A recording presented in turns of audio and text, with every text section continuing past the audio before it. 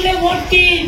মুর্শিদাবাদের তৃণমূলকে খবর দিন। এবারে ডাক্তার নির্মল সাহাকে জেতান, মোদীজির কাছে পাঠান। রাজনীতি ঠিক করবে এই মুর্শিদাবাদ, এই লোকসভা নির্বাচন। মনোবীক্ষণ পলিক্লিনিক, চিকিৎসার জগতে এক দশক। এখন এখানে সব বিষয়ে ডাক্তারবাবু একসাথে তলায়।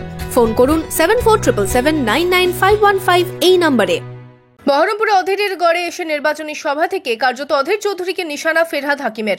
রবিবার সন্ধ্যায় বহরমপুরের তৃণমূল প্রার্থী ইউসুফ পাঠানের সমর্থনে নির্বাচনী সভা থেকে ফেরহাদ হাকিম বলেন, অধীর চৌধুরী এখন না কামকা না কাজকা। যোগী আদিত্যনাথের সাথে ফের যোগ সাজশের অভিযোগ তুললেন রাজ্যের পুর ও নগর উন্নয়ন মন্ত্রী। যোগী আদিত্যনাথ এসেছিলেন, আমাদের নামে, মমতা ব্যানার্জির নামে কি গালাগালি। অধীরবাবু, আপনার ব্যাপারে তো যোগী কিছু বললো না কেন? কারণ সেই রিলেশন। यूपी से आया मेरा दोस्त, दोस्त को सलाम करो, रात को खाओ पियो, दिन को आराम करो।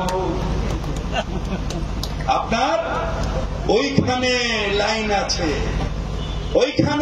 আছে, এদিকে সালিমের লাইন, ওদিকে ওটার লাইন, কত লাইন করে রাখবেন। ব্যানার্জি চলে এসো, আমার বিরুদ্ধে লড়াই করো।